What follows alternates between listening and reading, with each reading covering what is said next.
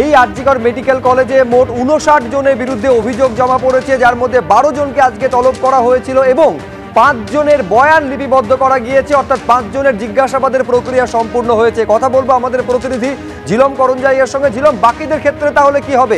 কবে তাদের সঙ্গে এই তদন্ত কমিটি কথা বলবে এবং তাদের বয়ান রেকর্ড প্রক্রিয়া সম্পূর্ণ হবে? তদন্ত কমিটি জানাচ্ছে যে বাকি 7 জনকে পরবর্তীতে আসার জন্য রিসামান নোটিশ দেওয়া হয়েছে।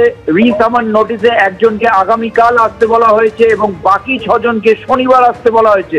এছাড়া তোমাকে জানিয়ে রাখবো যে আরো একটি খবর, যে আরজিকর মেডিকেল কলেজ হাসপাতালের রেসিডেন্ট ডক্টরস অ্যাসোসিয়েশন 13 জন ফ্যাকাল্টির বিরুদ্ধে এই থ্রেড কালচারে যুক্ত থাকার অভিযোগে প্রিন্সিপাল এবং ভাইস প্রিন্সিপালকে লিখিত অভিযোগ জমা দিয়েছে এবং যেটা জানা যাচ্ছে এই 13 জনকেও আগামী দিনে ডাকা হবে। তাদের মধ্যে অন্তত 4টে বিভাগের প্রধান রয়েছে, যার মধ্যে রেডিওথেরাপি বিভাগের প্রধান রয়েছে, পিডিয়াট্রিক ডিপার্টমেন্টের প্রধান রয়েছে, প্যাথোলজি ডিপার্টমেন্টের রয়েছে এবং প্রাক্তন ডিন রয়েছে।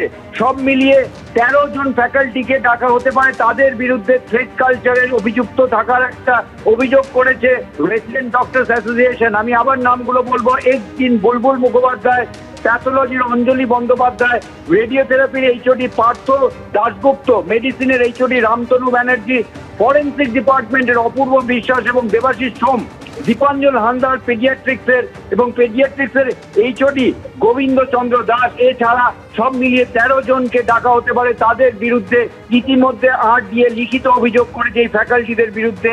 তারা থ্রেড কালচারে যুক্ত বলে তারা জানিয়েছেন। ধন্যবাদ ঝিলম।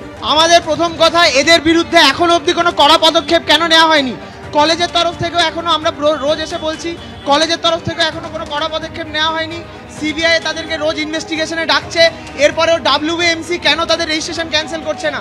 এরা যদি বড় হয়ে ডাক্তার হয় তাহলে আপনারা যারা সবাই টিভিতে এখন দেখছেন, এরা কিন্তু আপনাদেরকেই পরে এসে মারবে। আন্দোলনকারী জুনিয়র ডাক্তাররা তাদের আক্রোশ ক্ষোভ আছড়ে পড়েছিল যারা আজকে এই তদন্ত কমিটির জিজ্ঞাসাবাদের মুখোমুখি হয়েছেন। মোট 58 জন অভিযুক্তের মধ্যে আজকে 12 জনকে তলব করা হয়েছিল। সেই 12 জনের মধ্যে 5 জনের জিজ্ঞাসাবাদের প্রক্রিয়া শেষ করা গিয়েছে। সেই 5 জনের মধ্যে 2 জন যখন বেরোচ্ছিলেন টানা তাদেরকে ধাওয়া করেন আন্দোলনকারী জুনিয়র ডাক্তাররা এবং CISF এর উপস্থিতিতে তাদের উপরে হামলার ঘটনা ঘটে।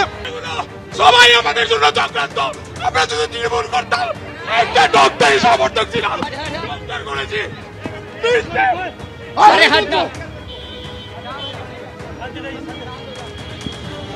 আমরা দেখতে পাচ্ছি এনকোয়ারি কমিটির মুখোমুখি হতে এসেছিলেন যারা, তাদেরকে মারধর করা হয়েছে। আশিস, কে মারলো?